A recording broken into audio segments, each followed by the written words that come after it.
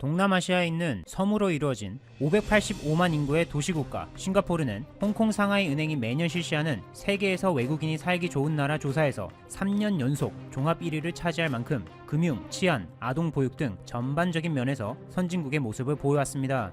또한 이번 사태 대응에 있어서 강력한 봉쇄 조치 없이도 3월까지 일일 신규 확진자 50명 이하, 전체 확진자 수 1000명 이하로 전 세계로부터 방역 모범국이라는 극찬을 받았죠. 마찬가지로 방역 선진국으로 불리던 한국 역시 학교 개학 문제로 많은 고민을 하고 있을 때 당당하게 개학을 예정대로 3월 23일부터 진행해 주변 국가들의 관심을 한몸에 받은 나라 또한 싱가포르입니다.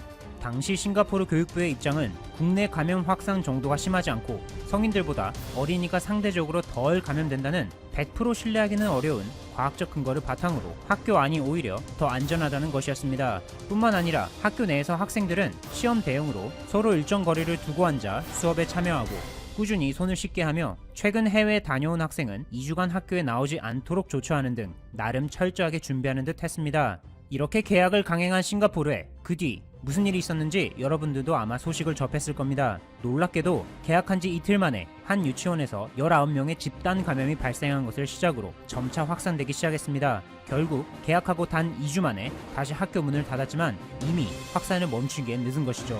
개학하고 일상으로 복귀한 지 한 달 만에 무려 14배의 확진자 증가세를 보이게 된 싱가포르. 이제는 일일 신규 확진자가 연속으로 1000명대로 발생하며 월드오미터에 의하면 한국 시간 21일 기준 싱가포르 총 확진자는 1141명을 기록했습니다. 이러한 폭발적인 감염 확산에는 무리한 개학 강행이 트리거 역할을 했지만 놀랍게도 주된 이유는 따로 있습니다. 혹시 싱가포르의 총 확진자 중 70% 이상이 이주 노동자라는 것 알고 계셨습니까? 70%라는 비정상적으로 높은 이 수치는 이주 노동자와 관련한 무언가에 아주 큰 문제가 있다는 걸 나타냅니다. 현재 싱가포르에는 인도, 스리랑카, 미얀마, 방글라데시 등 주변 국가에서 건너온 20만 명 이상의 외국인 노동자들이 43개의 기숙사에서 생활하고 있는데 이 중 무려 18곳에서 집단 감염이 발생한 것으로 확인됐습니다. 이 상황만 놓고 보면 문제점을 알았으니 이제 잘 해결하는 일만 남았구나 싶지만 실상은 그게 아니었습니다. 싱가포르 정부가 결정적으로 잘못된 판단을 내려 지금의 심각한 상황까지 오게 된 계기가 바로 여기에 있습니다. 이주 노동자의 집단 감염을 발견한 후 확진자들을 이들의 기숙사 중 8곳에 모아 격리하게 되는데 한 외국인 노동자는 외신과의 인터뷰에서 자신들의 삶에 대해 이렇게 말하고 있습니다. 좁은 방 하나에 12명이 사는데 사회적 거리두기가 가능하다고 생각하느냐? 비누와 세제가 없어 샤워, 청소 등은 생각도 힘들고 부엌이나 방에서 바퀴벌레가 나오기도 한다. 이러한 환경에서 이주 노동자들이 생활하고 또 확진자를 격리하다 보니 당연히 이들 사이에서 매일매일 확진자가 폭발적으로 급증할 수밖에 없는 것이죠. 그렇다면 이주 노동자가 아닌 싱가포르 자국민들의 상황은 어떨까요? 싱가포르 국민이 해외에서 돌아오면 정부가 지정한 호텔에서 2주간 격리 생활을 하게 되는데 싱가포르 언론 스트레이트 타임스의 보도에 의하면 이들이 2주간 머무는 곳은 마치 휴양지에 온 듯한 느낌을 주는 4, 5성급 고급 호텔로 힐튼, 인터컨티넨탈 등의 특급 호텔들도 있습니다. 그중 한 가지 예를 들어보면 싱가포르 센토사 섬에 있는 샹그릴라 라사 센토사 리조트 앤 스파가 있는데 1박 비용이 무려 40~50만원대로 싱가포르 정부가 자국민에게 100% 지원해줍니다. 심지어 싱가포르 국민들도 이러한 정부의 지원에 놀랄 정도인데 격리 대상자들의 반응을 보면 이렇게 좋은 호텔에서 지내게 될 줄 몰랐다. 격리가 아니라 휴가다. 5성급 호텔이라 일의 능률이 더 오를 것 같다. 싱가포르인인 게 정말 자랑스럽다. 등이 있습니다. 그런데 앞서 언급했던 이주 노동자들의 격리 기숙사와 비교해본다면 이제는 싱가포르 정부의 대처가 자랑스럽다는 말은 절대 안 나올 것 같습니다. 같은 나라에서 같은 시기에 벌어진 일이라는 게 도저히 믿기지 않을 정도로 싱가포르 자국민과 외국인 노동자 각각에 제공되는 것들의 그 차이가 너무 커서 현지 언론을 비롯해 많은 외신들이 싱가포르의 대응 실패 이유 1순위로 차별을 꼽았습니다. 일본의 지난 2월 다이아몬드 프린세스호와 최근 코스타 아틀란티카호와 같은 크루즈선 사건이 있다면 싱가포르에는 차별이 있었던 것이죠.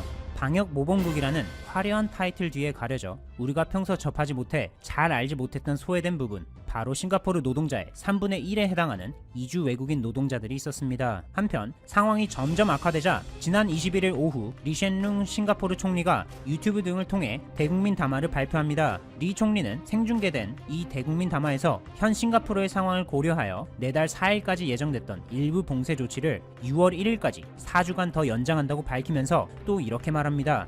이번 사태 확산을 빨리 잡아내기 위해서는 한국 국민이 그랬던 것처럼 감염자 동선 추적 애플리케이션과 같은 정보통신 기술을 적극적으로 활용하는 우리 모두의 협조가 필요하다. 이렇게 리 총리는 대국민 담화에서 한국 국민을 직접 언급하며 한국의 대응 방식을 적극 활용하는 것이 이 상황을 타개할 수 있는 길이라고 인정한 셈이죠. 이 외에도 싱가포르에서 긴급 도움 요청이 와 한국에서 도와준 사례도 있습니다. 싱가포르에 본사를 두고 있는 동남아시아 전자상거래 플랫폼 Q10이 현지에서 사재기 때문에 화장지 등의 생필품 품귀로 난리가 나자 휴지 되는 대로 다 수출해달라 라며 한국의 화장지 지원을 긴급하게 요청한 것입니다.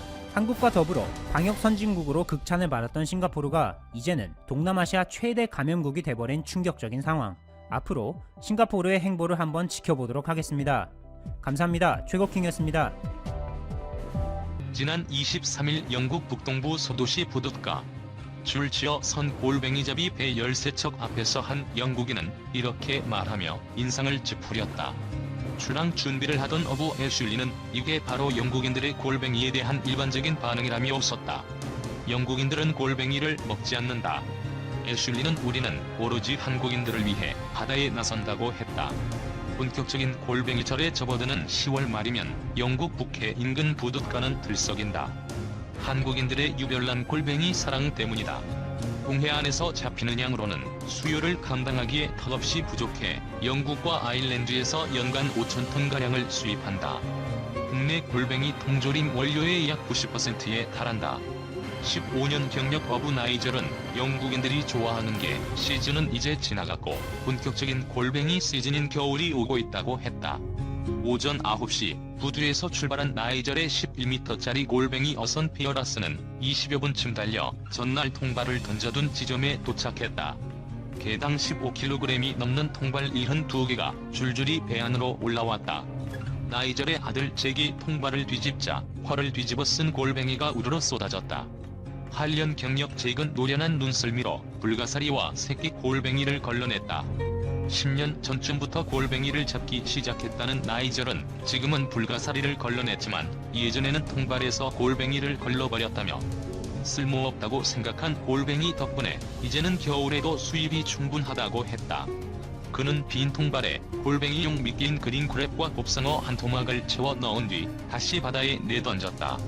영국은 골뱅이 어획에 최적의 조건을 갖추고 있다. 일단 영국인들이 골뱅이를 먹지 않아 자원이 풍부하다. 잡는 것도 쉽다. 보통 100에서 300m 수심에서 골뱅이가 잡히는 한국과 달리 영국에서는 1마일쯤 되는 근해 수심 15m에서도 골뱅이를 잡을 수 있다.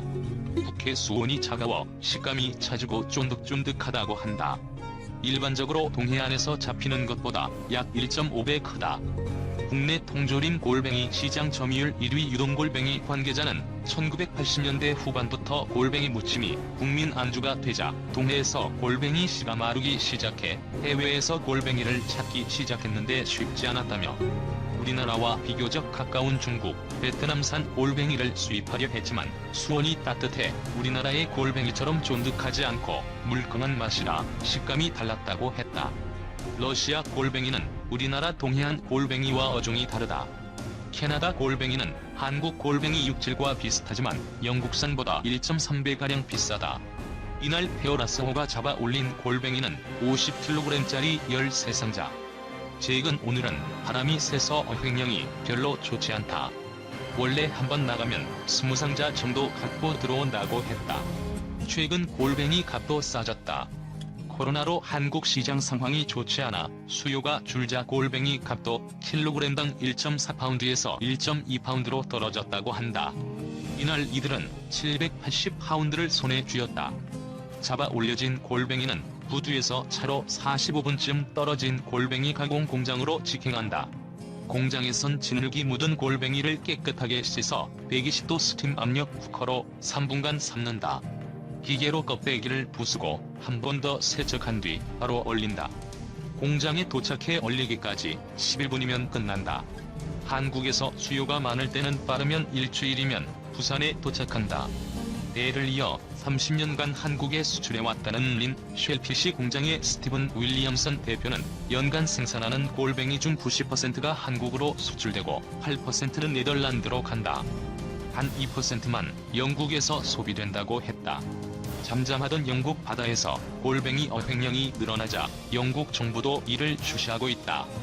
애슐리는 어획 초기만 해도 별다른 제한이 없었지만 크기 제한이 생기는가 하면 6마일 이상 떨어진 먼 바다에서만 어획할 수 있도록 하는 등 규제가 논의되고 있다고 했다.